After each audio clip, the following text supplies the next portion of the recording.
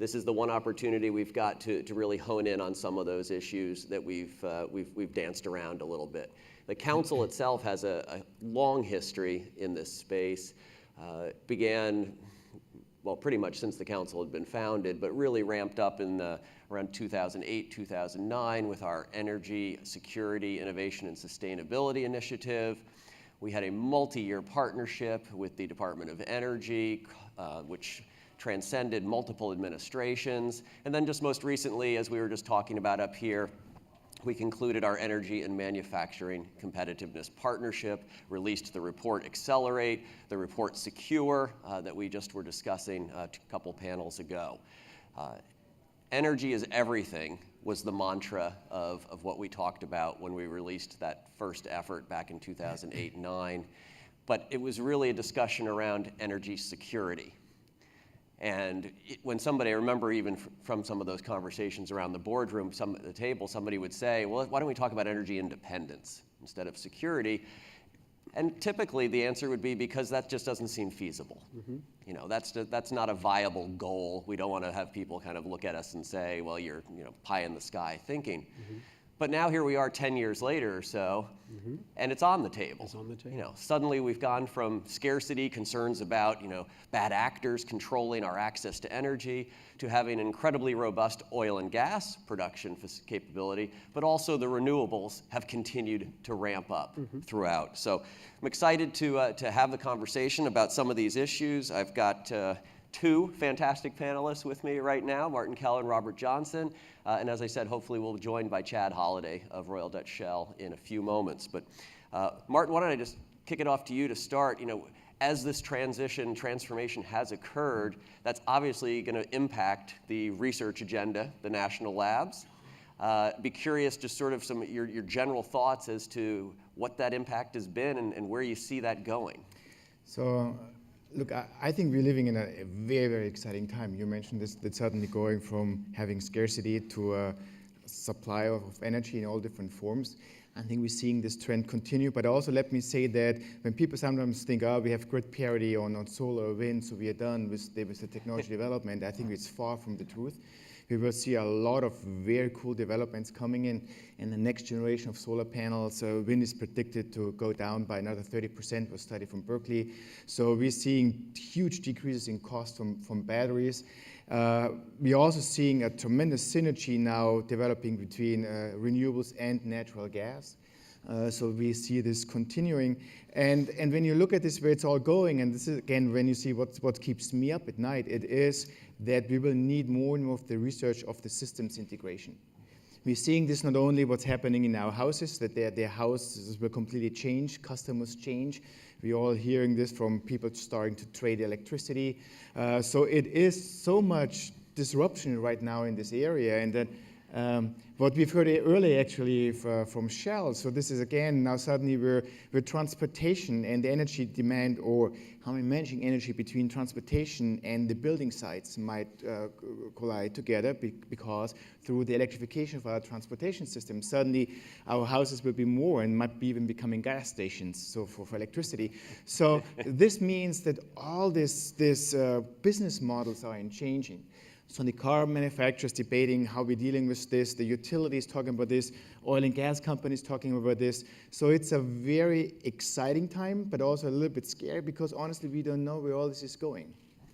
Fantastic. Mm-hmm. Now, I'll just jump down the line. Robert, you and I were part of a great event that you hosted a few months back mm-hmm. on the blue economy up at UMass Dartmouth. Really looked at the regional question around sustainability, the interaction between, in this case, the ocean, water, and the region that you're right in the middle of. Maybe it would be helpful to share with folks just a couple lessons learned from that experience and that conversation. Absolutely. So we brought together individuals from corporate America, academia, and government to look at the South Coast region down on the south coast of Massachusetts. And the idea is that we have over 50 miles of coastal waters. We have a number of assets including, of course, UMass Dartmouth, a Tier 1 national research university.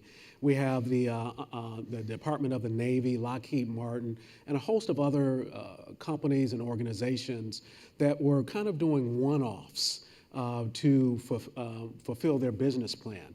Our idea was to pull everyone together and let's create a regional plan centered around the blue economy. When we look at fisheries and ports, New Bedford has the largest fishery port in this country. We have 3 ports between Providence and the Cape. We have all kinds of small businesses that can evolve and thrive. And the lessons we fundamentally learn centered around if we come together and create a regional plan and evolve an ecosystem for the blue economy, may it be offshore wind, may it be sustainability and how we use water and food and health and what have you, that we could come up with a plan.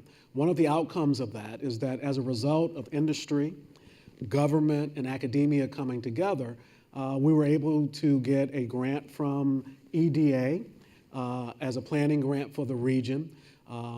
Governor Baker and Karen Polito are at the State House, along with Congressman Kennedy and Keating. We were able to get another $300,000. And now we're going to plan for the region. And the goal is to make the south coast of Massachusetts, for we want to become known as the Silicon Valley of the blue economy.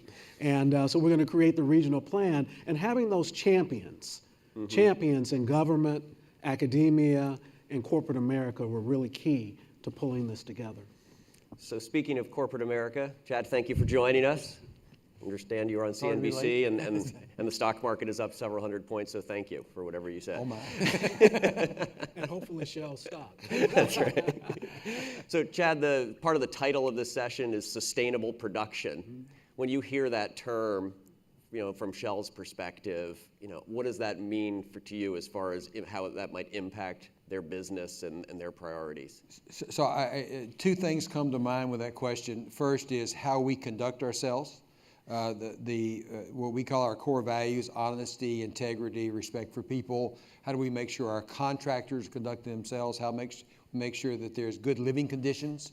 People have their passport and can go home if they want to. Some of these fundamental rights that we think is very important that we insist on.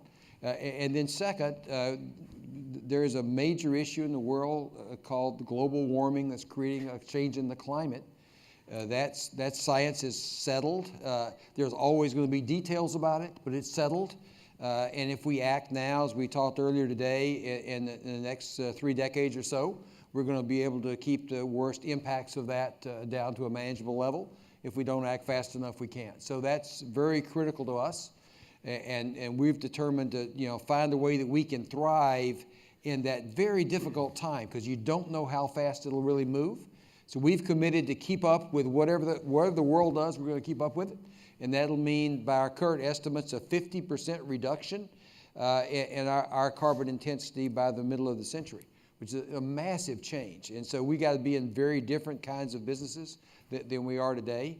Just one example, if you look at biofuels, we're the largest biofuel producer in the world with our facilities in Brazil, with our partner there.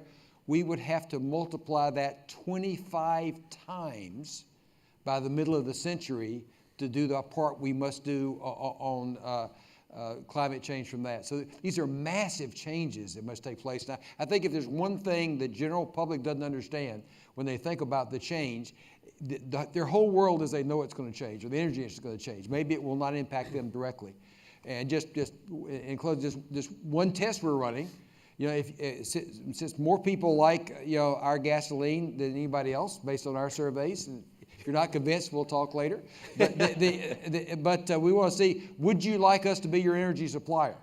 So if you want to charge your car at one of our stations in a fast charge, or you want to do it at home and you want to have one way to manage that, could we do that for you? And so we're experimenting with that in the UK today. Something you just said, I wanted to follow up on. You talked about that climate change and other grand challenges in the energy space, and a lot of the focus always seems to be on the cost side of that. But I think you were hinting at sort of the opportunity side as well, as far as the potential for new industries, new research.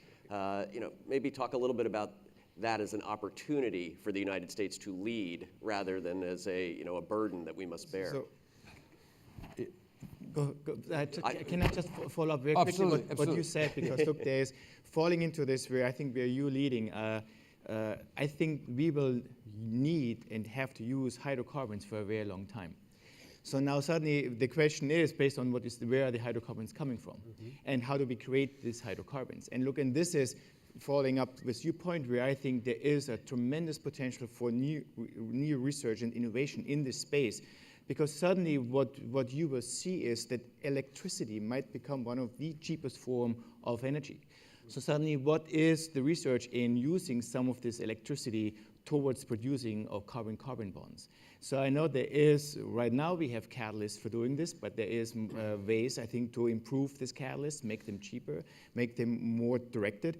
And so suddenly you could envision by having very cheap electricity that suddenly you might using this power to produce hydrocarbons as a long-term research project. Oh, and that's, very doable. Yeah. And if you think about this energy from the sun being essentially free, in which you have the invested cost essentially free, so the issue is, can you store it? Yeah. Right. And right now, we have some great storage mechanisms, but they're not competitive enough at a utility scale. So in Shell, we're doing tremendous amount of research and tracking all the research around the world, because that could be a big breakthrough. The one other thing, Bill, if I could add, we talked a little bit earlier today about these hard-to-abate sectors: steel, cement, plastics, marine transport, over-the-road transport. That's where there is such potential that's 30% of the overall CO2. You can't ignore it. But our analysis at the Energy Transition Commission says, indeed, we can do that for just pennies on the dollar.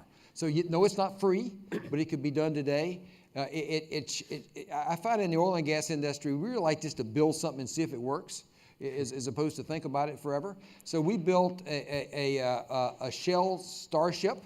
It's a over-the-road truck that we ran it from the East Coast to the West Coast, and has 60% less CO2 output than the average of the fleet that's out there today, not any other out there today. And so, I think steps forward like that, which are all a piece of the equation too, which there's a lot of opportunities for building trucks. Absolutely, absolutely.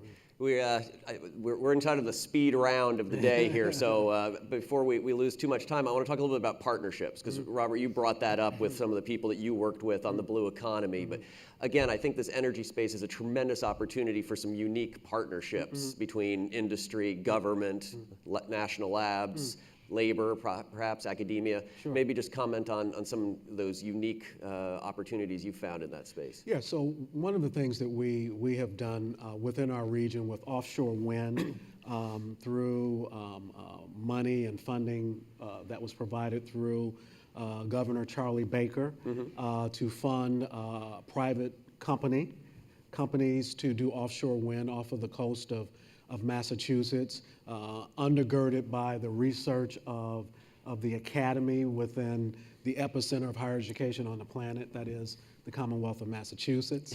I'm sure nobody would disagree. No, nobody would disagree with that.